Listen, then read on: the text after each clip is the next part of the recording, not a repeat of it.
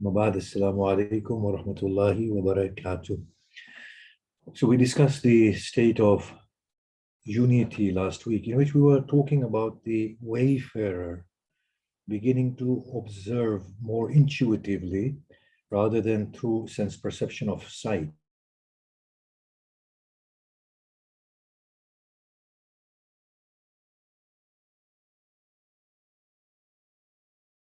Realize the intricate connection. This is a sight that is available to hearts that have sufficiently purified themselves from the grips of the false identity and the ego.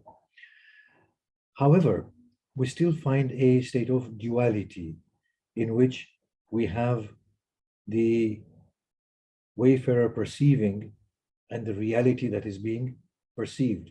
But the wayfarer is in a state of passivity to receive the utmost beauty that is given by reality as it stands. However, progressing in that state, we come to a state of union. In the state of union now, the wayfarer begins to finally relent to a very intimate level, that the wayfarer no longer considers his or herself as an observer, but starts becoming a part of the whole. Now let's just explain this through the aid of some of the hadith that we have. We have a hadith, of course, that the Sufi masters narrate, and that is that God says to his creatures, draw near to me through devotion, to the extent that you become the eyes through which I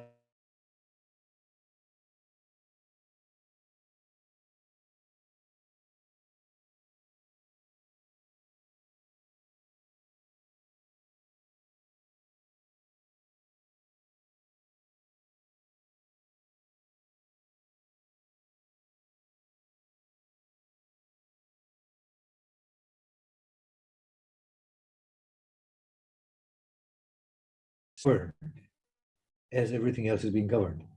Beyond that stage comes another state that is depicted by the same hadith as it follows on. And draw nearer still with voluntary devotions, so that I may become the eyes through which you see. I may become the ears through which you hear. I may become the tongue through which you speak. I may become the hand through which you give charity. Now, there is a distinction between these two states. In the first state, the individual retains the individuality somewhat. And through that individuality, they realize the discretion is that of God. But they are, however, in the hands of God, being moved as and how God wants. We gave that bit of example last week, that be like that leaf on the branch that is being swayed from one direction to another under the influence of the gust of wind. Become that passive, that you just become a tool in the hand of God. But this part of the hadith, the second part of the hadith, actually says that the individual's eye has fully relented. And now when the individual acts, he is not acting on behalf of God, but it is God himself acting through the individual's discretion. It's a very phenomenally intimate union and bonding with God.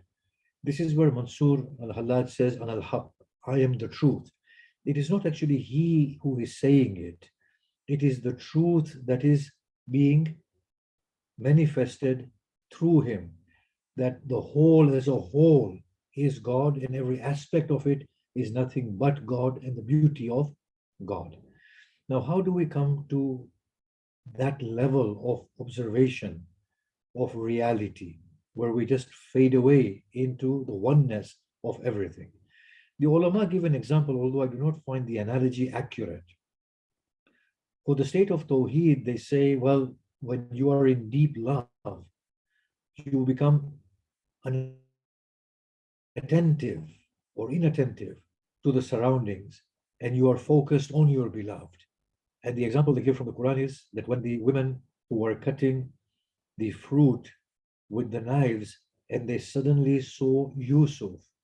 And the beauty of Yusuf was so overpowering that they became inadvertent and they cut their fingers without realizing. That example for this stage is not a befitting example because it's a momentary state of being overpowered. Whereas in what we described last week of the state of Tawheed, a person does not become inattentive or doesn't become oblivious to the surrounding. They see the surrounding as the one. It is not that the focus is drawn to God and we become mindless of everything else. No, the focus is with one and all, and everything is seen as the beloved.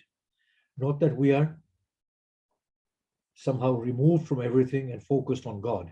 Everything becomes the display of the beauty of God. Similar is this state. Here, it's not that we become inattentive of everything, rather, we become the one in a way that we are not ourselves. So the analogy is that when the drop sees the ocean and it comes close enough to the ocean that nothing else is available to be seen, the drop sees nothing but the ocean wherever it looks. Going further, the drop falls into the ocean, immerses itself within the ocean, and loses itself in its dropness or droplingness and becomes the ocean. It doesn't become part of the ocean, it becomes the ocean. That is where we are right now, in a state of union with the beloved, where the lover vanishes within the beloved. And the beloved's lure is such that once the drop gets a glimpse of the all-pervading nature of the ocean, it is a glimpse through the heart. The ocean is calling onto the drop to rejoin it because the drop separated from the ocean. And that is where it belongs. It was never itself. It was always the ocean that reflected itself as a drop through the arduous journey of the sun evaporating the water, being carried as a cloud and being dropped back. So that yearning that is inside the drop is so intense that it cannot help itself, but fall back into the ocean. The analogy here is that the moth that is attracted by the flame, it comes closer to the flame, curiously, then fearfully. But the intrigue is such that it gives way to affection and love, which gives way to yearning, which then overpowers the moth, and it can never get enough of the flame. It enters the flame and becomes ever living as the flame is and begins to glow with the flame. So the moth is reduced in its mothness, but it becomes the flame burning forever like the flame. Because these levels are such that conceptually it's difficult to understand, so we resort to analogies. And that's why you will find Sufi masters always resorting to a variety of analogies, because these things are descriptive. They cannot be rationally explained. Why? Because reason can only give a notion. Beyond that is the feeling part, the experiential part. Reason can never bring the feeling. And words can only, rational arguments can only give a rational notion. So we resort to analogies. Through these analogies, we try and tap into our personal experiences and the feelings that we have. So if you look at those people who are under the influence of mood modifying drugs or psychedelics, you will find them standing stoned in front of a tree, dazed And they would say, oh, I am the tree and the tree is me.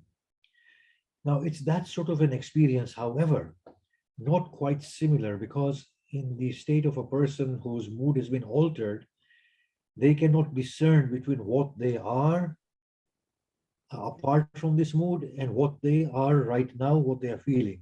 They can't distinguish between the two realms. But a person that has been drawn into the beloved is able to discern a state and the other state. Of course, within the Sufi practices, we have the chanting and then the experience of the ecstasy and wajd and so on and so forth. These are like those drunkard states, the states of intoxication that the person goes through, psychedelics and stuff like that, that you just lose yourself and you are dazed and you don't know what you are or where you are until you come back. These are states which are far more permanent, in which the wayfarer understands fully the distinction between the individual personality and between the fading away. They are able to maintain it, both the distinct states. And that's why you can see the Blessed Prophet, as drowned as he was in God, he was able to maintain his unique personality and conduct a normal life with the people. And inside himself, he was coming in and out of those states and being able to distinguish one from the other. So this is the state of union, where finally the I-ness is no longer the one that is observing, but the I-ness is fading away and the beauty begins to burn every veil of the false personality as it begins to see itself as it is. So I'll repeat once again, the individual loses his or herself in the beloved, like the moth burns with the flame. With this difference, that at that lofty level, at this divine level, the individual is still able to discern between the individuality and between that noble state of oneness. And I'll stop there. Assalamu alaikum wa rahmatullahi wa barakatuh.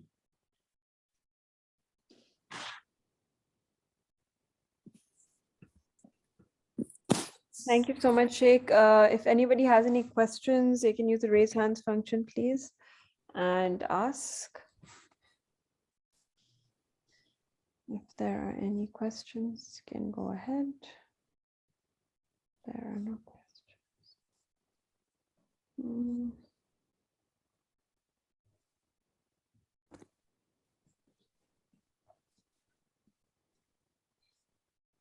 So then, Faiza, if there are no questions, then we'll call it an evening. okay, Thank you, Shaykh.